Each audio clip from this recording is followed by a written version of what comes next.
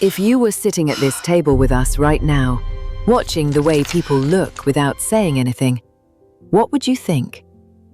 That's how this begins. Not with shouting, not with a scandal, just a quiet dinner, a warm house, and a feeling that something small has shifted, like a glass set ever so slightly too close to the edge.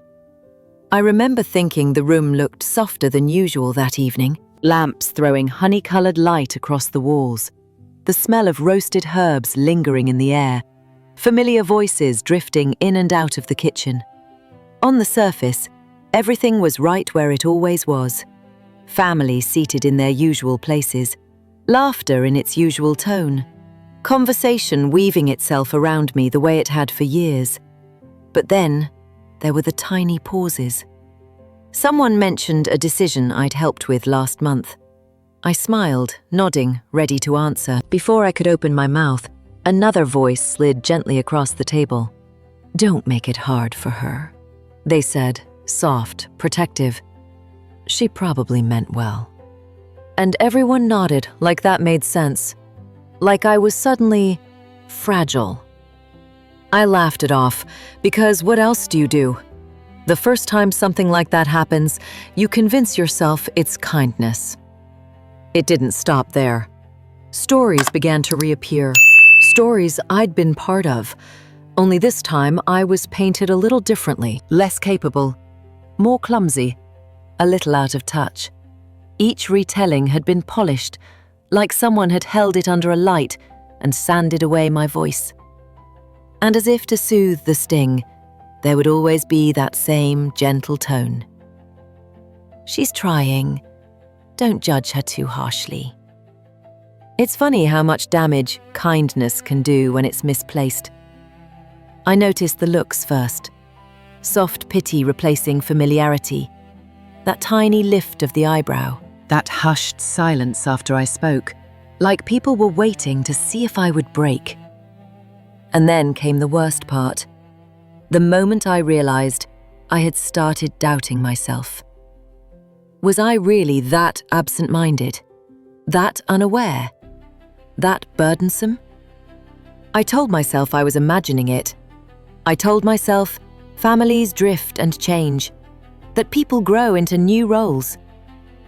But the truth is, I felt myself slowly shrinking just to fit whatever shape they'd carved out for me. I found myself speaking less, agreeing more, folding my thoughts away quietly so they wouldn't be misunderstood. And through it all, the one who always spoke up for me, who wrapped every sentence in concern, was also the one who never quite let me stand on my own feet. They smiled like the sun, and everyone believed them. Sometimes, so did I. Looking back, that was the first crack. Not loud, not dramatic, just a small, almost invisible line running through the middle of a familiar life. The kind of line you only see when it's too late. But at that moment, all I knew was this. The room was the same, the people were the same, and yet I'd never felt quite so far away. And that, ironically, is how stories, drama are born. Not from chaos, but from silence. By the next evening, the house didn't feel like the same place anymore. You know that strange heaviness in the air when no one says anything but everyone feels everything? That was it. Even the clock on the wall seemed to tick louder, like it was nervous too. Eleanor Walker moved quietly around the kitchen, setting bowls on the table the way she had for years, but her hands paused just a second too long on every plate, every spoon. Jason Walker noticed. Emily Walker noticed, and they all pretended not to. Dinner started with normal words, the thin kind that don't carry any weight. "How was your day?" "Fine." "Traffic?" "Terrible." But the truth was sitting right there in the middle of the table, between the rice and the soup, and nobody knew how to name it without breaking something fragile. Jason Walker finally cleared his throat, gentle, like he was afraid of startling his own mother. He said he had gone back to the lawyer's office. He said he wanted to understand why their father's will looked the way it did, why things were arranged so unevenly, so coldly. Eleanor Walker froze, chopsticks halfway to her mouth. Emily Walker looked up sharply, as if the word will had teeth. For a heartbeat, nobody breathed. Then Eleanor Walker told him to stop digging into the past, to let the dead rest. But Jason Walker didn't want to let the truth rest, not when it tugged at him every time he looked at his mother's tired shoulders. "What aren't you telling us?" he asked, his voice soft but steady. And if you've ever sat in a room where love and anger mix together, you'll know what I mean when I say the silence after that question was louder than any shouting could be. Eleanor Walker finally spoke. She said there were things done long ago to protect the children, choices made in fear and pride, and maybe a bit of desperation. She didn't go into detail, not yet, but the way her eyes glistened told both of them that nothing about their childhood was as ordinary as it once seemed. Emily Walker reacted first. Her words came sharp, accusing Jason Walker of stirring chaos, of trying to rewrite the past just because he couldn't accept imperfection.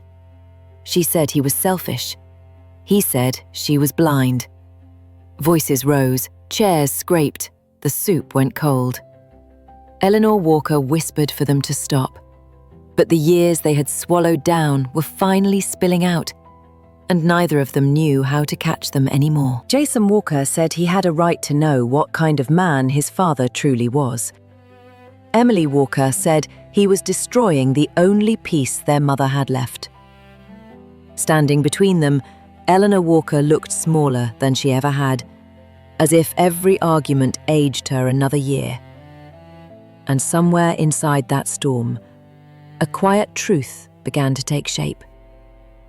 Whatever was hidden wasn't just about money or pride, it was about dignity, sacrifice, and the fragile way a family can fracture long before anyone notices the first crack. If you're still with me, take a breath with them here, because this is the moment where the ground begins to shift, even if they don't yet feel it beneath their feet. The next morning, the phone rang before the sun had fully climbed above the roofs. It was the lawyer's office again, but this time, the voice on the other end wasn't the polite assistant. It was Robert Hayes himself, the man who had handled their father's affairs for years, the one everyone in town called trusted, though nobody ever said why with a straight face. He asked them to come in. His tone wasn't a suggestion, it was an instruction wrapped in courtesy. So they went. Eleanor Walker walked in first, shoulders straight but eyes tired, followed by Jason Walker, calm on the surface and restless underneath, and Emily Walker, who had built a fragile wall of dignity around herself overnight. Robert Hayes greeted them like an old friend, all soft smiles and slow, careful words. But there was something else there too, like he enjoyed being the gatekeeper of what they didn't know. He spread the papers across the polished desk, letting the silence work for him. "Your father made deliberate decisions," he said, each syllable falling like a small verdict. According to the will, almost everything, house, land, savings, was tied to conditions. Conditions that placed power in Robert Hayes's hands as executor. Conditions that made Eleanor Walker dependent, that pitted the siblings against each other without saying it outright. Jason Walker saw it first, and his jaw tightened. Emily Walker saw it second, and her pride flared up like a shield. Robert Hayes leaned back, steepling his fingers, asking gentle-sounding questions that didn't feel gentle at all. "Are you sure you want to question this? Your father trusted me completely." It was manipulation wrapped in silk. Every time Jason Walker pressed, Hui's smile thinned just enough to remind them who controlled the documents, the process, the narrative. He mentioned debts, favors, whispered implications of things their father had supposedly done for the family. All of it framed so that if they resisted, it would sound like ingratitude. Eleanor Walker sat very still. She had known parts of this, you could see that now, but the full shape of it was larger, uglier, and it hurt to look at. When she finally spoke, her voice trembled. She admitted that years ago, she had signed things she didn't fully understand, trusting the men in the room because that was what she had been taught to do. And Robert Hayes nodded with a benevolent expression, like a priest absolving a sin he had helped create. The real crack came when Emily Walker turned on Jason Walker again. If you've ever been in a room where one person holds all the cards and pretends it's for your own good, you'll understand this weight. Just breathe for a second with them, because in that moment, a quiet, frightening truth finally surfaced. Their father hadn't just left behind a will, he had left behind a web. And the man sitting across from them had been spinning it for years, one thread at a time, until the whole family was caught without realizing when it happened. After that meeting, something shifted. It was like Robert Hayes had tested the water, measured their resistance, and decided it was time to stop pretending. Within a week, the pressure began arriving in quiet official envelopes. Notices, reminders, clarifications about the will that just happened to corner Emily Walker and Eleanor Walker into agreeing with whatever he had proposed. Every document carried the weight of the law, and every phone call felt like a warning dressed up as concern. Eleanor Walker tried to keep the peace at first. She told Emily Walker that maybe this was easier, that fighting would only make things worse, that their father had trusted this man for a reason. But you could see the fear under her calm voice. Fear of losing the house. Fear of stepping out of line. Fear of the story that might be told about them if they resisted. And Robert Hayes knew it. He didn't raise his voice. He didn't threaten outright. Instead, he began to advise the neighbors, the relatives, the people who always seemed to know everything. Soon, whispers started floating through the lanes like smoke, that the siblings were ungrateful, that Emily Walker was greedy, that Jason Walker was reckless, that Eleanor Walker couldn't control her own family. By the time the words reached them, they were already sharpened. Then came the meeting, not in an office this time, but in the family home, as if to prove he belonged there more than they did. He arrived with a courteous smile and a folder under his arm, and he spoke in that same gentle tone that somehow cut more deeply than shouting ever could. He laid out new interpretations of the will. He spoke of clauses, deadlines, compliance. Every sentence sounded reasonable until you looked at the shape of the whole thing and realized it was a cage. Emily Walker finally couldn't stay quiet. She stood up, hands trembling, and said, "No." Just that one word. No. She wouldn't sign anything else. She wouldn't accept any more conditions that split them apart. Her voice cracked, but she didn't look away. That was when he dropped the mask, just a little. He reminded her, in front of everyone, of the papers she had signed years before to help the family business. Papers she barely remembered, papers she had trusted others to explain. He hinted that those signatures could be used against her now. He spoke of legal exposure. He spoke of responsibility. And suddenly the room wasn't a home anymore. It was a courtroom without a judge, and she was the only one on trial. If you've ever seen someone pushed to the edge while everyone else feels too scared to help, you'll understand how heavy that silence becomes. Jason Walker tried to step in, but Hui turned the conversation so cleanly that Jason Walker ended up looking like the reckless one again. Eleanor Walker cried quietly, and Emily Walker, standing there, realized she wasn't just being controlled. She was being shaped into the villain of a story she didn't write. By the end of the night, the house felt smaller. The walls seemed to lean in, and for the first time, Emily Walker understood that there was no kindness in this man at all. Just patience. Patience to squeeze them slowly until they broke or submitted. And she also understood something else, something that scared her even more. She was almost at her limit. There's a moment in every storm when the wind shifts, not loudly, not dramatically, but enough that you can feel the pressure change in your bones. If you've ever lived through something like this, you'll understand what I mean. Just stay with me here for a second, because this is where the quiet awakening begins. The night after Hui tore apart what little piece they had left, Emily Walker didn't sleep. She sat at the kitchen table with the old lamp humming softly, papers spread around her like fallen leaves. For the first time, she didn't look at them as someone who was already defeated. She looked at them as someone trying to understand the shape of the trap, every clause, every signature, every date. She traced them slowly, letting the anger burn steady instead of wild. By morning, her exhaustion had settled into clarity. Hui's patience, she realized, wasn't strength. It was calculation. And calculation could be uncovered. She went back to the lawyer's office, not to confront him, not yet, but to request copies, to ask simple questions in a calm voice. She watched the way the assistant hesitated, how files were misplaced, how explanations took the long way around the truth. She didn't argue. She just noted everything. Then she started asking other people.